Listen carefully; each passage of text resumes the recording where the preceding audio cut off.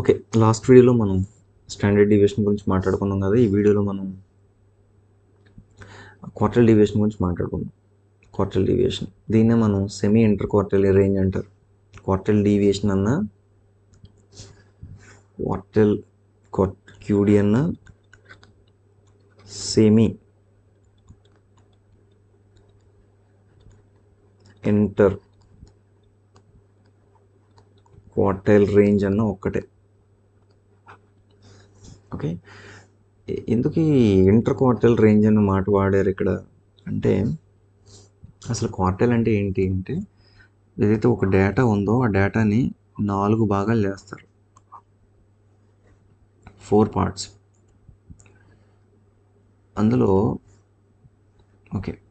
అందులో ఈ part first 25%, ఇక్కడ ఒక 25%, ఇక్కడ ఒక 25, ఇక్కడ ఒక 25.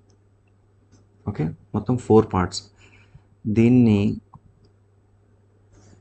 క్వార్టైల్ 1 అంటారు. ఓకే,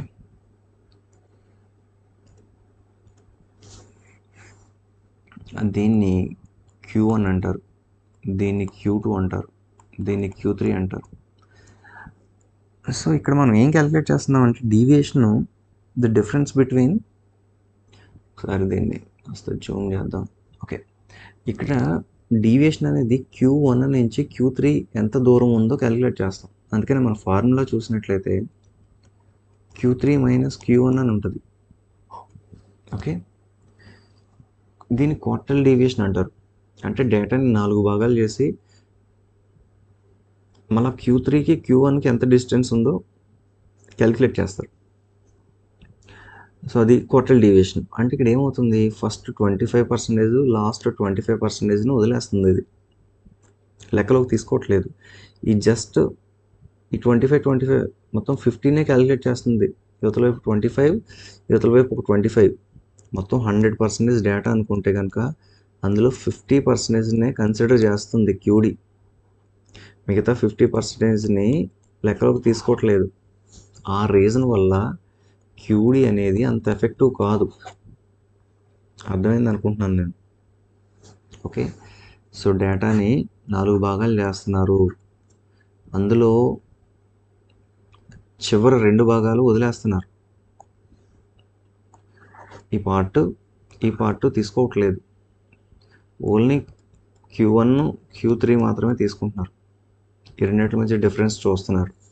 ఓకే, సో అందుకని 100%లో 50% మాత్రమే తీసుకుంటున్నారు. కాబట్టి అంత ఎఫెక్టివ్ కాదు అది క్యూడీ అనేది. అయినప్పటికీ కొన్ని చోట్ల క్యూడీని క్యాలిక్యులేట్ చేసి ఉపయోగిస్తారు. ఓకే, క్యూడీ ఫార్ములా ఏంటో నేర్చుకుందాం. అసలు క్వార్టైల్ డీవియేషన్ అంటే ఏంటో తెలుసుకుందాం ఇప్పుడు మనం. క్వార్టైల్ అంటే 4 భాగాలు, డేటాని 4 భాగాలు చేస్తారు. ఓకే, ఇదిగోండి క్వార్టైల్ డీవియేషన్ ఫార్ములా ఏంటి, Q3 minus Q1 divided by 2. అంటే Q1కి Q3కి ఎంత డిస్టెన్స్ ఉందో క్యాలిక్యులేట్ చేసి డివైడెడ్ బై 2 చేస్తారు. అప్పుడు మనకి క్వార్టైల్ రేంజ్ వస్తుంది, క్వార్టైల్ డీవియేషన్. దాంట్లో లోయర్ క్వార్టైలు, అప్పర్ క్వార్టైలు అనే 2 పదాలు ఉన్నాయి. అంటే దీన్ని Q1 అన్నాము, దీన్నేమో Q3 అన్నాం. దీన్ని అప్పర్ క్వార్టైల్ అంటున్నాం Q3ని. ఇదేమో లోయర్ క్వార్టైల్, ఇదేమో మిడిల్ క్వార్టైల్. దీన్ని మనం Q2 అని కూడా అనవచ్చు. ఓకే, Q2 అన్న మీడియన్ అన్న ఒకటే, డేటాలో మిడిల్ భాగం. Okay, anyway so quartile deviation సంబంధించి ఇది. ఓకే, సో క్వార్టైల్ డీవియేషన్కి ఎస్డీకి ఒక రిలేషన్ ఉందండి. ఆ రిలేషన్ ఏంటంటే, మీరు ఏదైనా ఒక డేటాని తీసుకోండి, ఆ డేటాకి 2 క్యాలిక్యులేట్ చేయండి. ఏది, ఎస్డీ క్యాలిక్యులేట్ చేయండి, క్యూడీ క్యాలిక్యులేట్ చేయండి. ఖచ్చితంగా ఫర్ ఎగ్జాంపుల్ ఎస్డీ అనేది మనకి 6 వచ్చింది అనుకోండి వాల్యూ. అదే డేటాకి క్యూడీ కడితే ఎంత వాల్యూ వస్తుందో తెలుసా? దీంట్లో 2/3 ఉంటుంది. 2/3 అంటే ఎంత, 4. 4 వస్తుంది. ఒక డేటాకి ఎస్డి మరియు ఎండి క్యాలిక్యులేట్ చేస్తే ఎండి అనేది ఎస్డిలో 2/3% వాల్యూ ఉంటుంది. ఇదిగోండి దాని ఎక్స్ప్రెషన్ ఇది చాలా చాలా ఇంపార్టెంట్ ఇది. ఓకే ఓకే ఇప్పుడు చెప్పండి, ఎస్డిలో క్యూడి అనేది ఎంత భాగం? మీరు ఏ డేటాను క్యాలిక్యులేట్ చేయండి, ఎస్డిలో 2/3 పార్ట్ క్యూడి ఉంటుంది. దీన్ని రివర్స్ చేస్తే ఏమవుతుంది? రివర్స్ చేయండి అంటే అప్పుడు ఈ 2/3 అనేది ఇవతల వైపుకి వస్తే ఏమవుతుంది? ఉల్టా అవుతుంది. అప్పుడు ఎస్డి ఫార్ములా ఏమవుతుంది? ఎస్డి అనేది క్యూడికి 3/2 ఉంటుంది. ఓకే, ఇది చాలా చాలా ఇంపార్టెంట్. ఎగ్జామ్లో రాయండి, గుర్తుంటే రాయండి. సింపుల్ ఫార్ములా ఏముంది? 2/3 1 2 3లో 2/3 ఇంటూ ఎస్డి. ఓకే, క్యాలిక్యులేట్ చేస్తే మనకి ఏమొస్తుంది? క్యూడి అనేది వచ్చేస్తుంది. ఓకే, ఫర్ ఎగ్జాంపుల్ ఎగ్జామ్లో ఎస్డి అనేది 100 అనుకుంటే ఫైండ్ అవుట్ క్యూడి అంటాడు. ఎలా క్యాలిక్యులేట్ చేయొచ్చు? సింపుల్, దీంట్లో ఈ 100లో 2/3 క్యాలిక్యులేట్ చేస్తే వచ్చేస్తుంది ఆన్సర్. ఈ 3 దీంట్లో 33.33 టైమ్స్ పోతుంది. ఇంటూ 2 క్యాలిక్యులేట్ చేస్తే 66.66. ఓకే, సరే, క్యూడి సంబంధించి అది. ఇప్పుడు మళ్ళా వేరియేషన్ అంటే ఏంటి? వేరియన్స్ ఈ ఎస్డిని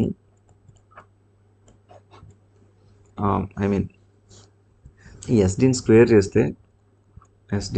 చేస్తే మనకి వేరియన్స్ వచ్చేస్తుంది. ఎందుకంటే ఒకసారి మీరు ఎస్డి ఫార్ములాను చూసినట్లయితే మనం ఫార్ములాలో రూట్ అనేది ఉపయోగిస్తున్నాం కదా. రూట్ను ఉపయోగిస్తున్నాం అంటే అర్థం ఏంటి? ఇంతకుముందు దేన్నో స్క్వేర్ చేస్తాం, దాన్ని నార్మల్గా తీసుకురావడం కోసం రూట్ను ఉపయోగిస్తున్నాం అని అర్థం. అంటే ఎస్డి ఫార్ములాలో ఏముంది? రూట్ ఉంది. రూట్ పోవాలంటే స్క్వేర్ చేయాలి. ఇవన్నీ కాదు కానీ వేరియన్స్ ఈక్వల్ టు ఎస్డిని స్క్వేర్ చేస్తే సరిపోతుంది. మరి ఈ స్క్వేర్ తీసేస్తే యువతల వైపు రూట్ పెట్టాల్సి వస్తుంది. అంటే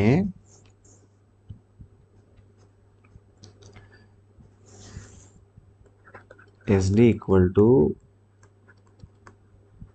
వేరియన్స్ని రూట్ చేస్తున్నాం.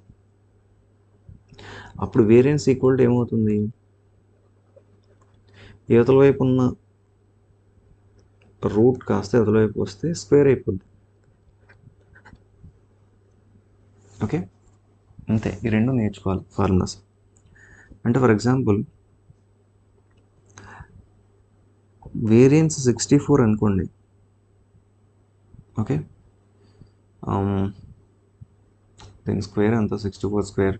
ఓకే, మనకు తెలిసిందే చూద్దాం. 36 స్క్వేర్ ఇది వేరియన్స్. ఓకే, వేరియన్స్ 36 అయితే ఎస్డి ఎంత అని అడుగుతాడు. If variance is 36, what is the SD? ఇదిగోండి, అప్పుడు ఏం చేస్తాం? 36ని రూట్ చేస్తాం. ఎంత వచ్చింది? 6 ఎస్డి. కొన్నిసార్లు ఏమొస్తాడు? ఎస్డి ఇచ్చి వేరియన్స్ కనుక్కోమంటాడు. For example if SD is 6, find out variance అంటాడు. అప్పుడు ఏం చేస్తాం? వేరియన్స్ రావాలంటే ఎస్డిని స్క్వేర్ చేస్తాం, 36. అంతే. ఎస్డి ఇచ్చి వేరియన్స్ కనుక్కోమంటే ఏం చేయాలి? దీన్ని స్క్వేర్ చేయాలి. ఇది కదా ఫార్ములా.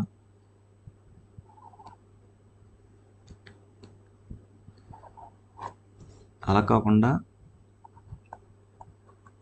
వేరియన్స్ని ఇచ్చి ఎస్టీని క్యాలిక్యులేట్ చేయమంటే దీన్ని అండర్ రూట్ చేయాలి అంతే. ఓకే,